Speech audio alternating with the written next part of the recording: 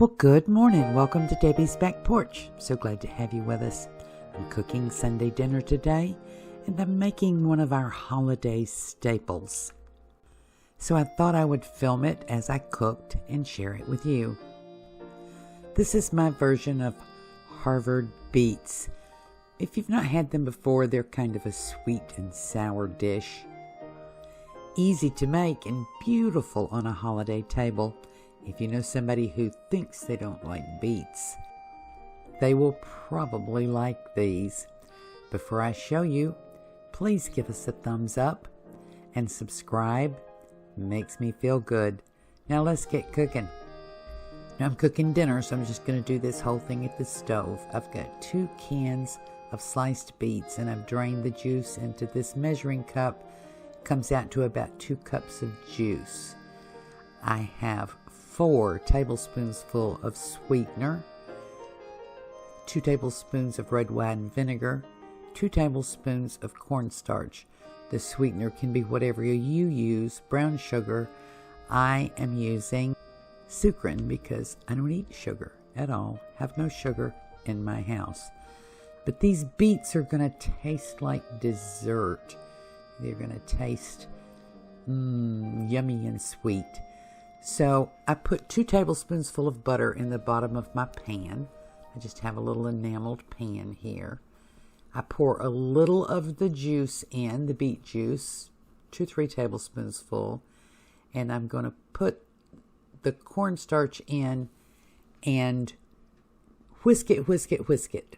Now I'm sort of making a slurry. I did have the butter in the pan. Makes absolutely no difference.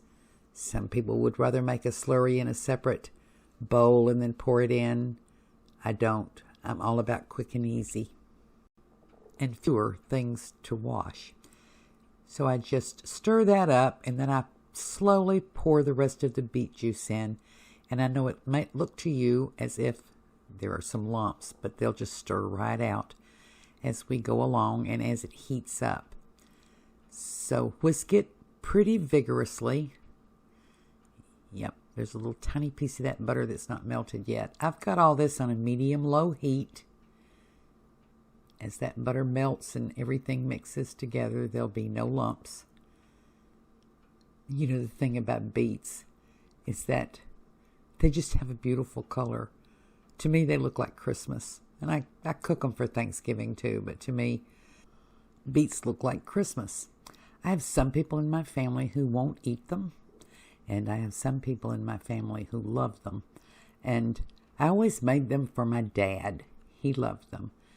And my son loves them. So holiday table includes Harvard Beets. So now all the juice is in there. I'm going to add this sweetener. And I say sweetener instead of brown sugar because, as I said, I always use a sugar substitute. I don't eat sugar at all. Most of my family won't eat sugar. I sometimes say we don't need sugar, we're sweet enough. Now this is 2 tablespoons of red wine vinegar.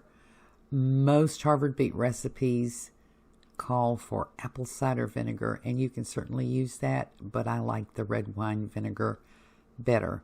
This is a sweet sour dish, so mostly any vinegar will work. So I did a little time lapse there, and I've let this come to a good simmer. I'm going to stir it down and put my beets in. So this is just 2, gosh, I think they're 13-ounce cans, but it's just regular size cans. Stir those in well. And that's all there is to this. I'm going to turn the heat down. Let it simmer a little bit. Let that cornstarch thicken. And I will be right back. So on medium-low heat, this only takes a few seconds. I want to give it a good stir because I don't want it to scorch. And I want to give it a taste. I'm not going to plate this up because I'm cooking a whole dinner. But I do want you to see this, and I'm going to get a little bite just to make sure that everything's right. I want you to see that sauce. It's thickened nicely, but it's not real thick. It's just a sweet sauce. Beets have a natural sweetness, but when you add this sweetener and a little bit of the vinegar, ooh, it just brings out all the beauty of a beet. You know, some folks say that beets are a superfood, and fixed like this, prepared in this yummy sauce, it's possible your children will eat them.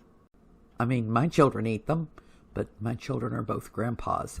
So this is ready to put on the table and put it next to a green salad, and it will look like a Christmas tree on your table. I hope you try this recipe. I hope you like this recipe. And I hope to see you again tomorrow on Debbie's Back Porch.